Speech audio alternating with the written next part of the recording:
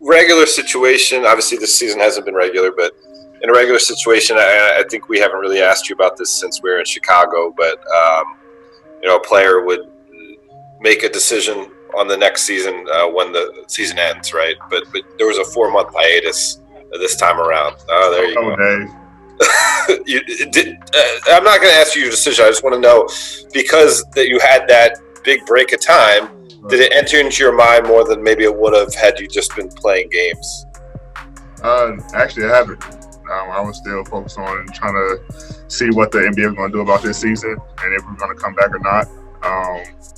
But no, it haven't crossed my mind. And within this 4-month break.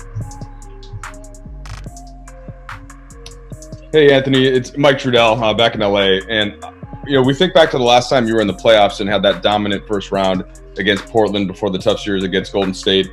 Did you feel like there was a difference in your game in like the postseason AD versus what you've done so far in the regular season? Is there another level that you get to, or how similar or different would you say that is for you, for your postseason experience to your regular season game experience? I think obviously you gotta raise your level somewhat.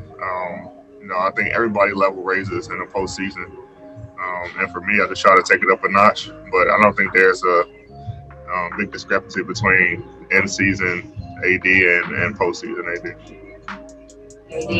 Next question is going to be from Tanya. I'm wondering how close or far, as you guys are going through practice, how close or far do you feel like to where you guys want to be when the games count? I think we're pretty close. There's still some things that we need to work on. We were one of the worst teams in transition, so we've been going over that a ton, watching film on that a ton. So I think everybody came back in shape. You could tell God's been working during the break, and now it's just about putting it all back together. You guys have talked a lot this year about your chemistry, but obviously being in the same place. Is there something that you guys do a lot more of together? Is it just meals? Is it something on campus like fishing, golf, something like that? It's been video games so far. We're starting, a couple of leagues and different couple games. We didn't do that much, in LA. So I think that's kind of been the biggest thing that we, adopted since we've been here is playing video games as a team. All right, now the next one's going to come from Will. All right, David. AD, David Aldrich, how are you, sir?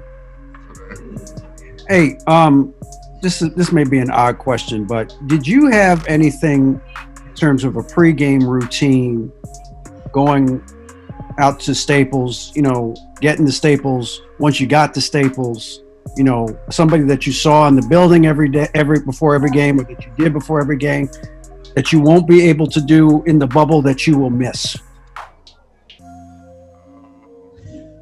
No, I mean, just kind of treat it as a away game routine, just kind of go into that format. But there's nothing that I did specifically that will alter my pregame routine. Okay, next up, Chris Maddox. With the MVP voting that'll be happening the next couple of weeks or whatever, what do you think the strongest argument is for LeBron to be MVP this year? The things he's doing at his age. I mean, he's playing like probably one of his best years. Top team in the West. The things he's able to do on the floor. Especially when everybody was saying, he was washed and he should hang it up and all these things. He come back with a dominant performance, and then just to be even in the race, at this age, at this point in his career, and for me to see it every night, and the things he do on a consistent basis, not in stretches, 3 games here, 4 games here, but he does it every night. And he's been doing it his whole career. I think it's a good argument for him to be MVP. Okay, Joe Barden here. So they took us in the arena today, and we saw what it's look like. It's not an empty gym how you imagine it. Have you seen it? And what do you think? I think it's pretty cool. How they have the the big monitors where you can have your family, friends, fans, whoever kind of be in the arena. I think that's a pretty dope idea. I know they're still trying to figure out some things as far as lighting and the sounds and stuff, but I think the whole concept of it is pretty dope. And they showed us seats where players can go and watch other teams' games. Yeah. Think they'll do that? I'm not sure. Gotta look at the schedule and see who's playing and stuff like that, but it's not much to do here. So I mean, to go out and watch some other teams and scout a little bit. I might end up doing it. Okay, Rachel. Sure. We have the whole rest versus rust debate a lot, but we've never really had it when there's a 4-month break in the middle of the season. Do you think that your team in particular is going to come back more rested and actually maybe healthier, more energized, or more rested and a little not quite as together? I think we're rested and energized. I think just gave everybody a chance to decompress. In the middle of the season, they try to get back healthy, get their bodies back right, and just kind of get away from the game a little bit. So I think just whoever wins is going to be the team that's mentally tough. I mean, I don't think this has to do anything with physical attributes. It's more, who's mentally tough to get through. Just being here, not seeing your family, and getting back to work. So I think we have an advantage in that category. Mark Spears. Good morning. I know you're not going to have a social justice message on the jersey, but is there anything that you're passionate about that you want to get out? Maybe the games on your shoes. A lot of guys are talking about Breonna Taylor. Is there anything that's really impactful and meaningful to you that you hope to get out over these next 3.5 months? Yeah, I think just as a group, we're trying to figure out what we can do as a team. This is one of the biggest platforms that we can use for ourselves to speak out and for everyone to hear us.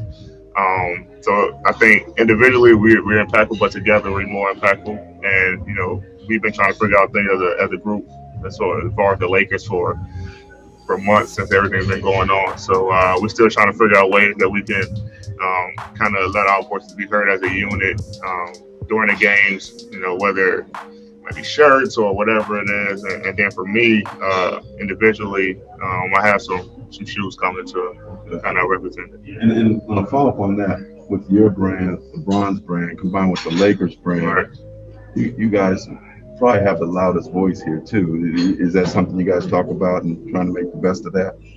We haven't talked about that specifically, but we just know just as the Lakers brand, is huge, and it's trying to use that platform that the Lakers have, and then individually that each player has, and bring it all together to be heard even more.